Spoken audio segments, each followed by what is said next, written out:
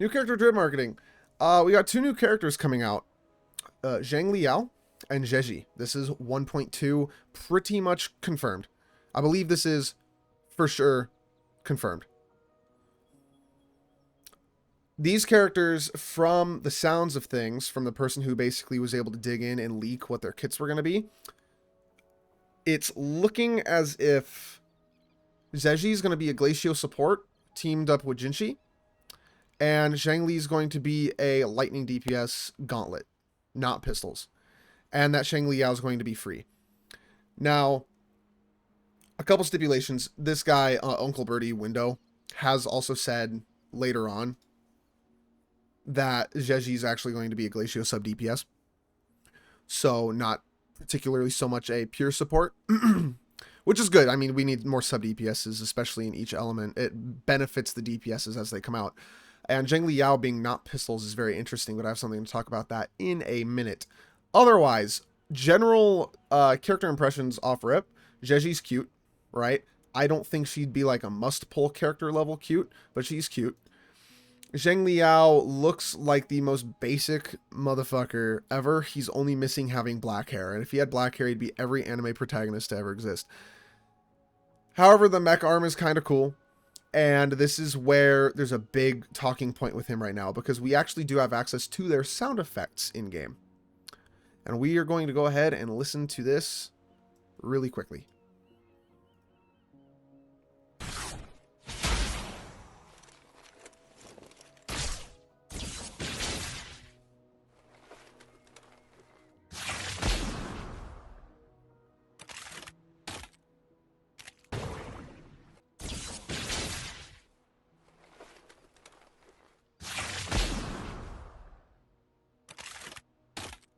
So we can hear there, on attack 5, it sounds like he's reloading something, right?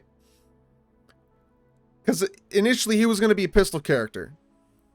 So my thought process is, and we're going to hear this as we go through the rest of his skills, that Zhang Liao is actually not going to be a pistol character. He will be a gauntlet character, but he will have two modes that he can switch to. I believe he will have ranged attacks off of his gauntlets, because his robot arm has already been told to us about in the game as having basically blasters, right? Having the ability to blast enemies. So it makes sense for him to be gauntlets, but have blasts similar to like Iron Man or something, right? Which means we're not going to get a better pistol weapon, but we're going to probably get a better gauntlet weapon, unless he is truly free, in which case he may not have a limited weapon banner. If we get a limited gauntlet, though, this benefits a couple characters, right? It could benefit Yanwu. Probably not so much for the way we are building him right now at Jinshi, but you never know. The gauntlet could make Yanwu actually a viable sub-DPS in some other comps. Zhang Liao is going to get a better gauntlet. We're not just going to have to do the Abyss Surges, right? Jian Shin might have a better gauntlet. Ling Yong, I believe, is gauntlets. He might actually get a big buff from this as well. So actually having limited event gauntlets is going to be really nice. Now, not as important as the Rectifier or the two Broadblades we've had so far, or the upcoming Sword, because those are all pretty broken for their respective characters and just your count overall. But in the future, right, it is nice. Zhang Liao also being an Electro DPS, apparently, right? I get the vibe he's going to be Glacio. I think we need a Glacio DPS, because right now our options is basically a subpar main DPS and then a sub DPS, and that's it for Glacio units on the entire account. That or anything like that. Baizhi is being a support. It's different.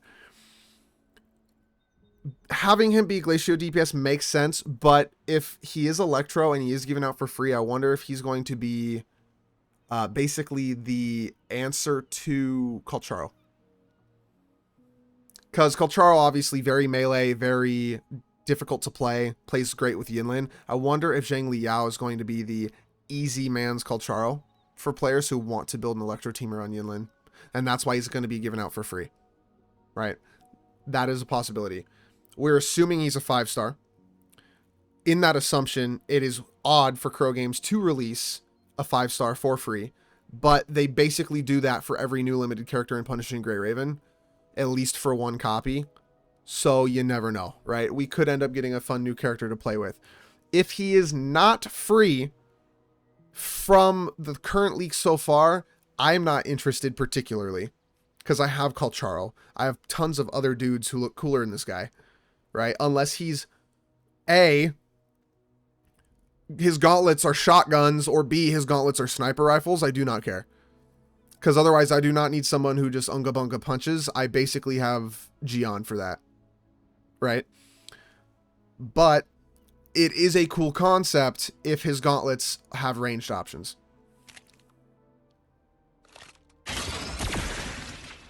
And that sounds like a blast.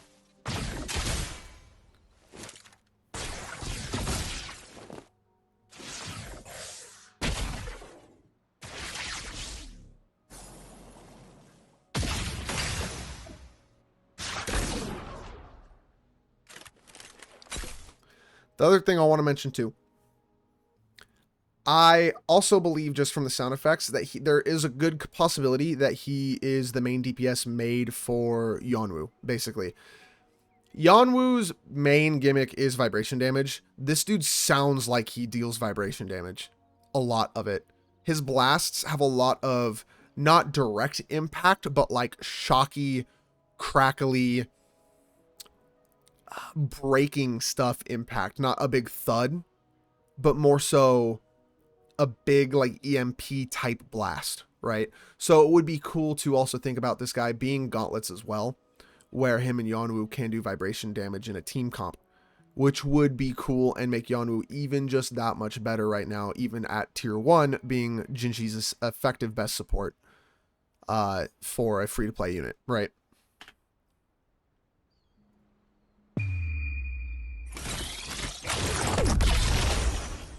And I'm sorry, but if there was any question about it yet, there's no more question anymore. His liberation sounds like he charges up a massive blast and shoots it. I do not believe for a second this character is pure gauntlet. But it makes sense that he's not pistol because he's focused on his arm. So he is going to for sure be a ranged gauntlet user. I guarantee you.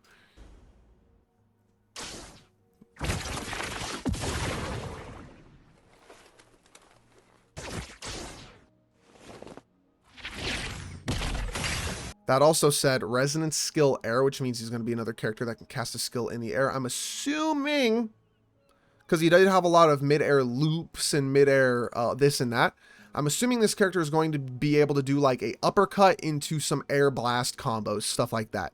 You know, this is my initial impression.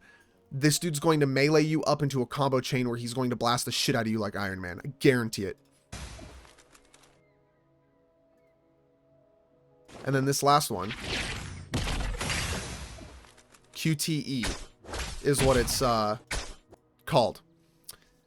They say that it's probably the Forte circuit. I'm not sure, but if it is the Forte circuit, it sounds like another type of blast effect. It sounds like possibly this is maybe the way he switches between melee modes and blasting modes as well. Because it would make sense for that form switch to be on his Forte. He has multiple attacks. Attacks 1 through 5 and like 8 or 9 through 13, right? So you could have 2 separate stacks of attacks, each built for if he's basically, I want to almost think ground mode or air mode, because he seems to have a lot of air stuff going on. Maybe his Forte makes him do like a rocket boost up into the air, right? And now he starts blasting instead of punching. It makes sense. It would make sense with the sound effects of his kit. Overall, if this character's free, he sounds cool.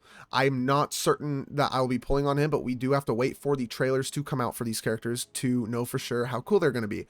If they make these characters' trailers one step above Jinshi and Changli, which were multiple steps above Gion and Yinlin, it's going to be kind of hard to want to not pull on these characters, which sucks, because I got Jinshi and I'm also getting Changli, and it's not going to be fun pulling and probably missing these characters coming up.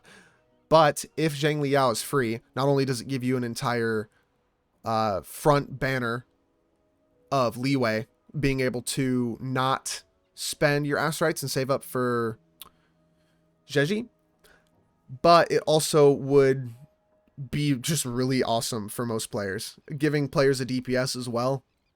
Probably not one that can super well keep up with limited ones, but you never know. Dr. Ratio's cracked. Star Rail did it, right? We do not know. We know next to nothing about this character, but I am 99% positive that this dude is either a pure range gauntlet user or something in his forte allows him to switch stances and do things in midair with blasts. I guarantee it. The next character, which I'm assuming will be, I believe Zheji's supposed to be front half of 1.1. From what I have seen and heard, Zheji's front half, Zhang Liao is going to be back half plus be free, right? Zheji, a painter, right? Glacio sub DPS. Supposedly really good with Jinshi. Probably Jinshi's best sub DPS slash stacking unit. So, coordinated attacks. Definitely coordinated attacks. Theoretically, as well, with the coordinated attacks, could enable us to play comps similar to the national comp from Genshin Impact.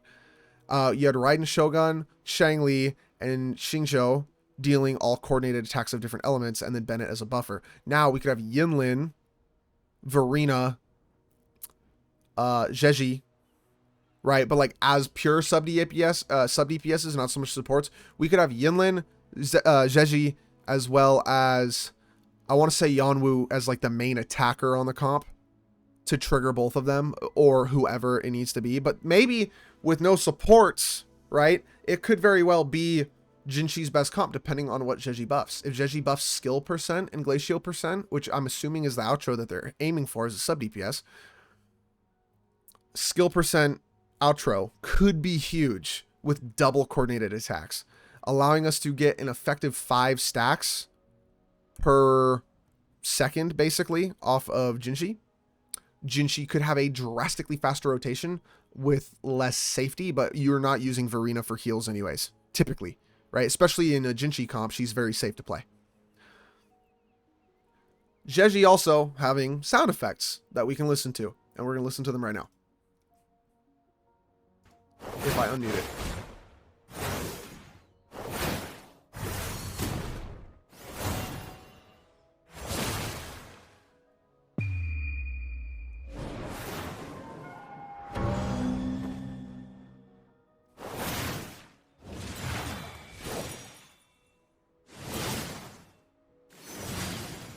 Very, very similar sound effects across the board.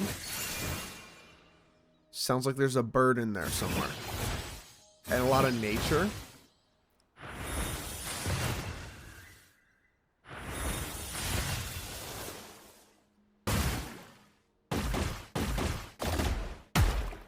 We're also looking at improved attacks on this character.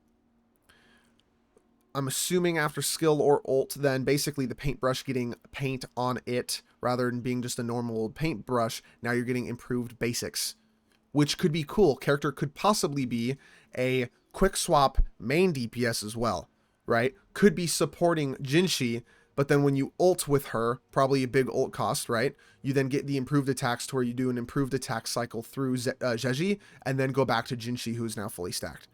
So that could possibly be why she is going to be considered one of the better supports for Jinshi, because she might actually have good damage output on her own while doing coordinated attacks.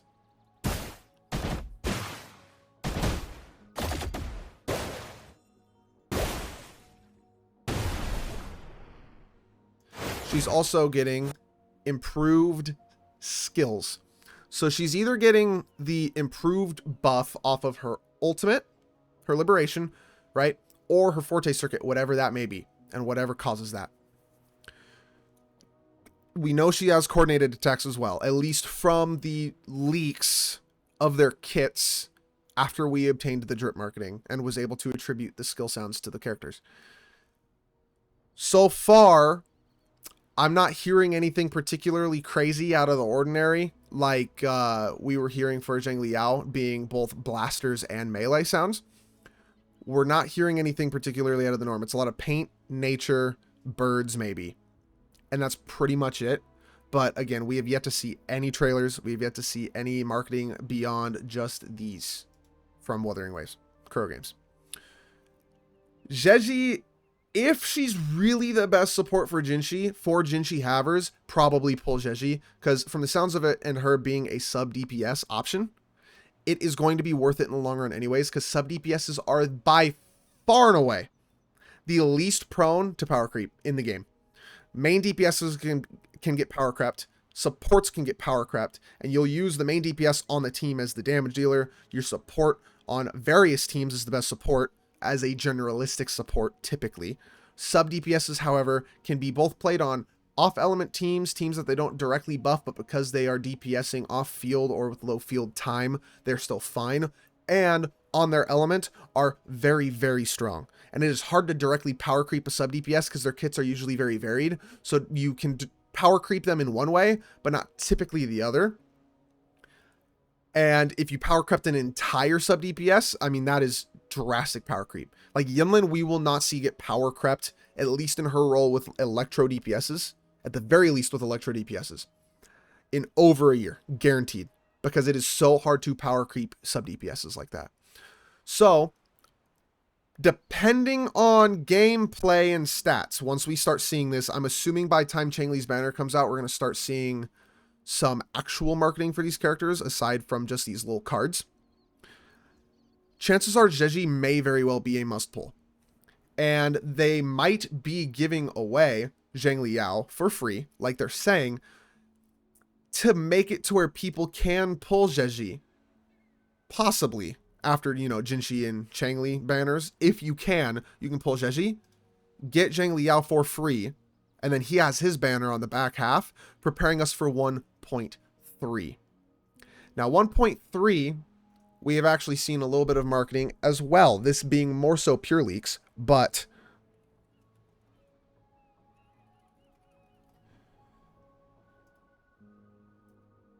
that is Star Rail, wrong game. The new leaks is this butterfly character here. I'm trying to see if I can actually find the character. They look like this, right? I have not been able to find the image I've been seeing in these YouTube videos that people have been making. I absolutely cannot find it. But they have something very similar to Jeji and Zhang Liao with like a card, but their card is more so a art / animatic screenshot from possible 1.3 story. We do not know. We do not know what they're going to be, who they are, or what their affiliation is going to be. But right now, we do know that supposedly their name is going to be Coast Guard, or at least that is their secret name. I found it. Let's go. So, rumored Coast Guard character in CN community. This character, first of all, I do just want to mention, looks super cool. Okay, the butterfly as an eyeball. Amazing color palette. Amazing art right here on the right. I have to assume that with Zhang Liao not being a Glacio DPS, and with Jeji being a Glacio sub DPS, given that Glacio is by far and away the least supported type in the game currently, this will be our Glacio DPS. I have to imagine that this will be our Glacio DPS. I also have to imagine this may very well be a character from a separate faction and or the Black Shores. Now, I'm not seeing the lotus petal on this character at all. The butterfly, though, gives me vibes. Honestly, possibly, this could be a separate faction of the Fraxidus member. Because the Fraxidus have different gourds, as well as different color palettes depending on the faction. We know Scar and Furlova are part of the essentially Scar faction, we can say, of the Fraxidus. This character could be a different faction. This could see us setting in motion different sets of characters here, right? This character looks super, super cool. And just for the fact that they're most likely a Glacio DPS, as well as they are super cool and seem to be by far the main focus of 1.3, if this is real, if this is all real, right? Which, so far, Uncle Birdie window has been very accurate. This character is probably a must pull. So I, depending on Jesse's kit, will either skip her or build pity on her safely, probably end up pulling her by accident after going through an entire 50-50 as well. Let's be honest here. Addiction, right? But should I get Jeji or not, this character is probably a must pull for me because they look fantastic. And I have to imagine that this is real. Real enough, because this is a lot of effort to come up with bullshit, right? Both the character model and character art for 1.3 actually must be difficult to create to bamboozle people. I know that it's been done. I know the Genshin Impact had issues with that before, but a lot of those characters did come out just in the future, right? But this character must exist, and there must be storyline behind it, and it makes sense. Because this character has the resonance growths, right? The Fraxis talk about this actually a lot, how they're combining people with TDs. This character is probably fused with a TD, whether on their own accord as part of the Fraxis or forced to as a test subject of the Fraxis, which honestly is more so what they look like as a test subject to me. This character could be a good lead in into people who have been used by the Fraxis. Maybe this character plays a big role in fighting against them. They have the exact opposite color scheme. Instead of basically black, white, and red, they are pretty much bluish, purple, white, and purple, right? It's not the red. It's not the angry, aggro red colors like a lot of the super exile guys. The Fraxis members it's pretty much what they are. It's Fraxis members. This character very much more calm, cool colors. So they are either part of the Fraxis or were at a time and now are basically a separate faction, or they are separate from the Fraxis but had been altered by the effects of their testing, which makes sense. They have talked about this before, how it has changed people. As well as butterflies so far in the story of Wuthering Waves have been directly linked to Rover, our main character, a couple of times. I think twice by Baizhi at least, right? Butterflies have a natural affinity for our main character. It makes sense that this character is probably going to be an ally of sorts, right? I mean, you can say Scar is an ally of sorts, depending on what side of history you want to be on, basically, but this character is probably going to be a character that was used by the Fraxidus, got some butterfly power TD stuff going on, and seeks out Rover for help for whatever reason. My assumption, right? Super, super cool character. I plan to be pulling on this character because this character looks amazing. And I can only imagine what the pull animation for this character is going to be versus the other two much more bland characters. This character is awesome. This is Jinshi and Changli levels of main character vibes for the area we're going to be in. Other than that, that is pretty much all we have for leaks for 1.2 and 1.3 banners. Personally, I'm happy that it's not Scar, that it's not Camellia yet. Obviously, we don't know what the other character on 1.3 is going to be, but I'm happy that so far we're not getting the most anticipated banner characters yet, because that would actually suck right off of the back of Jinshi and Changli. But I am surprised that we are not getting Geshulin. Now, my current assumption is that Geshulin is going to be the last banner of version 1, right? It is my assumption with the buildup he's had as this basically big problem, right? Massive, super strong warlord, overclocked, all this stuff. Geshulin is probably going to be the last banner of version 1. I also want to put it out there that the conspiracy theory that Geshulin is Scar is very believable and accurate, it seems. And it could very well be that instead of Scar in version 1, we get Geshulin towards the end when Scar reveals he's Geshulin or something, right?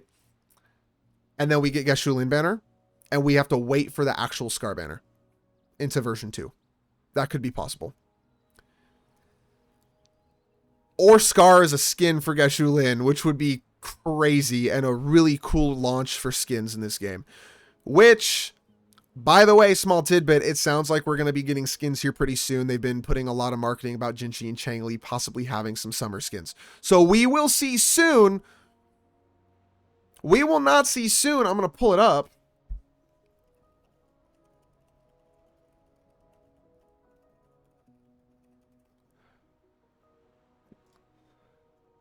This.